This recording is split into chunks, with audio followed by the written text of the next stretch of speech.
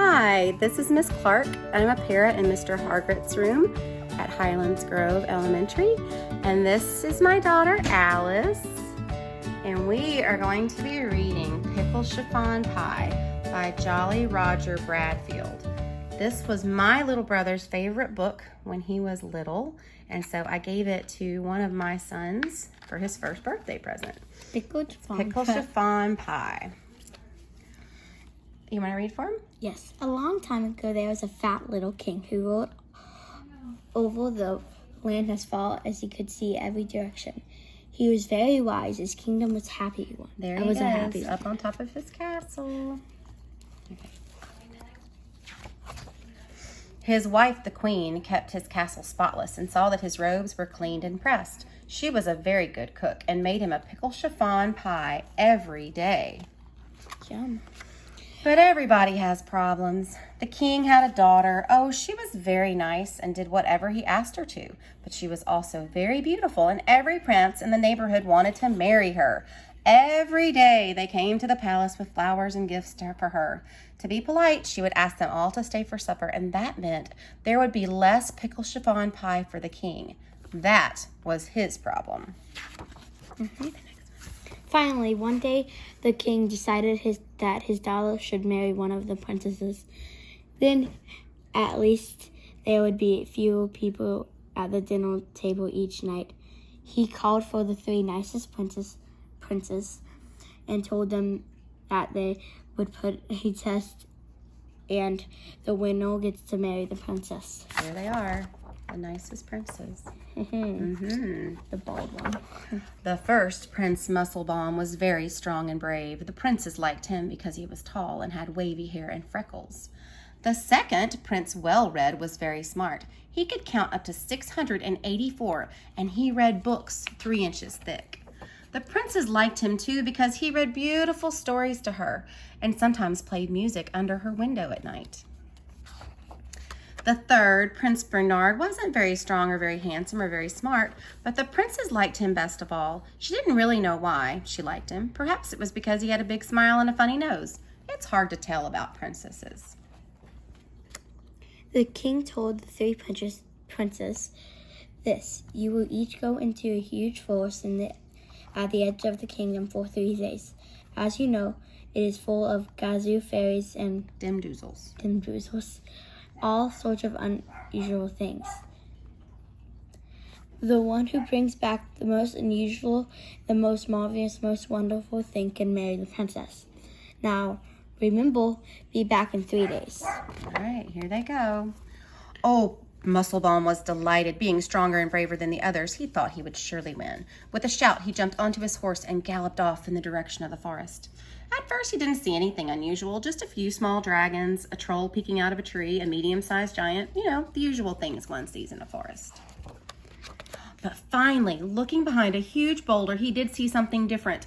A green and blue dragon with 3 heads toasting marshmallows. Now, there's something you don't see every day, thought Musclebaum, but I have 2 more days. I'll look a bit more.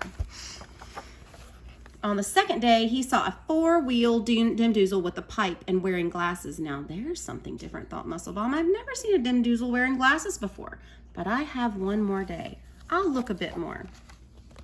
On the third day, he saw something really different. A huge lion juggling 6 cans of root beer soup. He was wearing a velvet vest and roller skates. This must surely be the most wonderful thing in the whole forest, cried Prince Musclebaum, and bravely he grabbed the lion's tail and started dragging him back towards the castle. Meanwhile, the Prince Well-Read was searching too. The first day he spied a witch who could turn people into frogs, which wasn't so special, except that she can do it with her eyes shut and with her hand behind her back. Now there's something you don't see every day, thought Well-Read.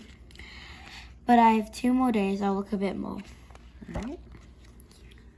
On the second day, he saw a 16-foot gazoo that had a different kind of shoe on each foot. Well, now there's something different, thought Well-Read. I've never seen a gazoo with more than 7 feet, but I have 1 more day left.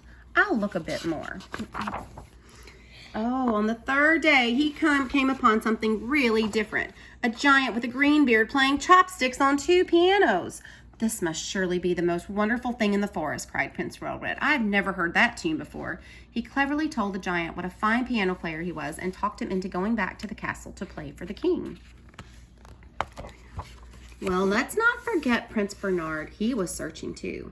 On the first day, he met an ogre so ugly that he scared the leaves right off the trees. Now, there's something you don't see every day, thought Bernard. But he might frighten the princess if I brought him back. I have 2 more days, so I'll look a bit more. On the second day, he discovered a tiny house tucked in behind a tree. He peeked in and he saw it filled with mice, all busy painting the most wonderful pictures. Now there was something different, thought Donald, but it really wouldn't be right to stop such happy, hard-working little fellows right in the middle of their work. I have 1 more day. I'll look a bit more. That's really pretty. On the third day, he saw something really different. A 3-nosed snozzle with fuzzy ears and an orange polka dot tie, and it was busy making Pickle-Chiffon pie. This must surely be the most wonderful thing in the whole forest, he cried. I thought the queen was the only one who could make Pickle-Chiffon pie. Oh, the king will be so happy. With that, he grabbed the snozzle's necktie and started leading it back towards the castle. Prince Bernard had never been happier in his whole life. Oh, it was hard work pulling the 3-nosed snozzle through the forest, but Prince Bernard didn't mind. He was sure he would win the contest to marry the princess. But he wasn't quite so happy when he saw how sad the snozzle looked. Don't feel bad, said Bernard. You'll like living at the palace. It's much nicer than this dark old forest. And anyway, I have to take you back in order to marry the princess. Then Donald noticed several tiny noses peering out from behind the trees. Why aren't they cute? Are they your children? The 3 children nodded with big wet tears coming into his eyes. What will happen to them if you're gone? Do they have anyone to take care of them? Caesar shook his head sadly. Oh, no. Prince Bernard sat down on a log to think. He thought of his love for the princess, and he thought of the snozzle's love for its children. For a long time, it was very quiet and still in the forest. Finally, with a sigh, the prince let go of the snozzle's necktie and watched it scamper off. Then it turned and walked slowly. He turned and slowly walked towards the castle. His 3 days were up.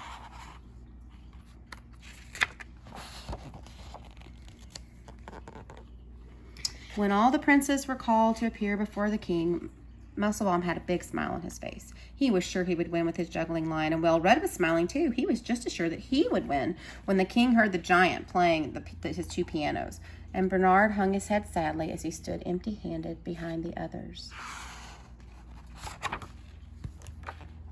The king was delightful with Musclebaum's line. Wonderful, he cried. The lion chugged 23 apples in a bottle of catsup. Oh, and when Well-Red's giant played chopstick on his 2 pianos, the king laughed and clapped his hands in delight. Oh, how wonderful, he cried. So unusual. When he turned back to Bonald, and what have you brought back? He asked. The Prince Bonald bowed before the king. He hoped that nobody noticed his tears on his eyes, raised his head and said softly, Nothing, your majesty. He told the meeting of the ugly ogre, and it might be frighten the princess. He told to sing amazing mice painting those paintings, not bring himself to interrupt. And the tiny sinister children would not be able to leave in the forest alone. There was silence in the castle. No one spoke for a long time. Bernard wished that he could run and hide. Everyone was looking at him, all except the princes and the queen. They were whispering to the king. The king nodded his head and smiled. Bernard, he said in a loud voice, you have won the right to marry the princess. But why, your majesty? I didn't bring anything back, said Bernard. Oh, yes, you did, my son, said the king. You brought back a story of kindness and love and consideration for others. Truly the most wonderful thing of all. You'll make a fine husband for my daughter. When the Bonald married the princess, William Giants played the wedding march, and Musclebaum's line put a special exhibition to entertain the guests. Entertain the guests. Yep. Entertain, sorry. Go ahead. You're fine. And guess who sent Bernard and the princess the biggest Pickle-Chiffon pie anyone ever saw for a wedding present? That's right, the three-nose snozzle with fuzzy ears and the orange polka dot tie. The end.